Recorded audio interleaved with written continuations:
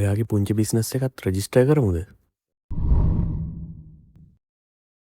මෙච්චර කාලෙට Facebook page එකෙන් එක අයිටම් සෙල් කරාට මගේ බිස්නස් එක රෙජිස්ටර් කරලා නැහැ. මට හිතුණා මේක රෙජිස්ටර් කරොත් හොඳයි කියලා. මොකද ඕනම දෙයක අපි දීර්ඝකාලීනව කරන්න ප්ලෑන් එකක් තියෙනවා නම් ඒක අපි හරි විදිහට කරන්න ඕනේ. ඉතින් ලීගල් විදිහට. ඉතින් ඒකින්ද මට හිතුණා මේක රෙජිස්ටර් කරන්න ඕනේ කියලා. දැන් ට්‍රාන්සැක්ෂන් වෙන්නේ ඔක්කොම මගේ පර්සනල් account එක through. ඉතින් මේක රෙජිස්ටර් කරන්න හිතෙන්ද ඒකත් එක හේතුවක් වුණා. ඉතින් මම දාවා ප්‍රාදේශීය ලේකම් කාර්යාලයට බිස්නස් රෙජිස්ට්‍රේෂන් ෆෝම් එකක් කරගන්න. ව්‍යාපාරයක් රෙජිස්ටර් කරන්න ආවේ කිව්වට පස්සේ මෙන්න මේ ෆෝම් එක දුන්නා මට ෆිල් කරලා දෙන්න කියලා.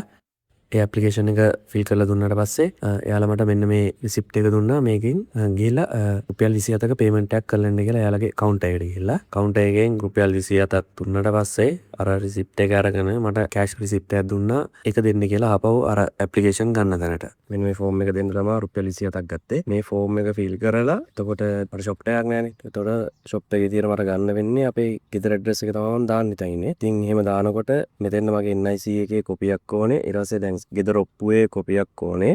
අපේ ඉඩම බෙදලා නැහැ. බෙදලා නැහැ කියන්නේ බෙදන්න විදියක් නැහැ. අල්ලපුවත් කට්ටිය නඩුවක් දාලා තියෙනවා. ඒ බෙදන්න විදියක් නැතුව තියෙන්නේ දැන්. ඒකින්දා එතන හවුල්කරුවන්ගේ ලිපියකුත් ඕනේ. කියන්නේ අපේ බාප්පට අයිතිය තියෙනවා, මහප්පට අයිතිය තියෙනවා, සාපේ තාත්තට අයිතිය තියෙන්නේ. එතන ඒගොල්ලොන්ගේ විරෝධතාවයක් නැහැ කියලා කියන්නේ.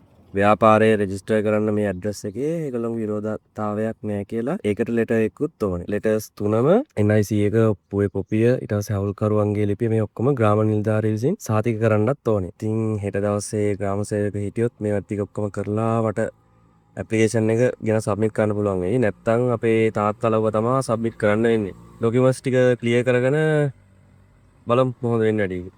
මේ ඇප්ලිකේෂන් එක අතර අපිට ඔන්ලයින් ෆිල් කරලා එහෙන් කවුරු හරි බලන්න ආව නම් වැඩේ ලේසි. ග්‍රාම සේවකයන් NIC එකයි ඊට පස්සේ විරෝධතාවයක් නැහැ කියලා ගත්ත ලෙටර්ස් ටිකයි පුවේ කොපිය ත්‍රූ කොපියක් කියලා ග්‍රාම සේවකයන් සයින් කරගෙන ඇප්ලිකේෂන් ටික ගෙනත් පාර දුන්න මං අද. එතකොට එයාලා කිව්වා තව ග්‍රාම සේවකයන් එයාලා රිපෝට් එකක් ගන්නවා කියලා. ඊට පස්සේ මෙයාලගේ කමිටු එකෙනුත් රිපෝට් එකක් අරගෙන මට කෝල් කරලා කියනවා කිව්වා ව්‍යාපාර ස්ථානය බලන්න එන දවසක්. මම අපේ දැන් ගෙදරනේ කරන්නේ. එතකොට මං ගෙදර වෙනම ස්ථානයක් ඒක වෙනුවෙන් හදලා තියන්න ඕනේ. ඒ කියන්නේ ඔෆිස් එකක් වගේ නේම් බෝඩ් එකක් ගහලා ව්‍යාපාර කරන්න පුළුවන් මේ වටපිටාව එතන හදලා තියන්න ඕනේ කියලා කිව්වා. අපි ඊළඟ වීඩියෝවෙන් බලමු එයාලා ආපුවාම මොකද වෙන්නේ කියලා.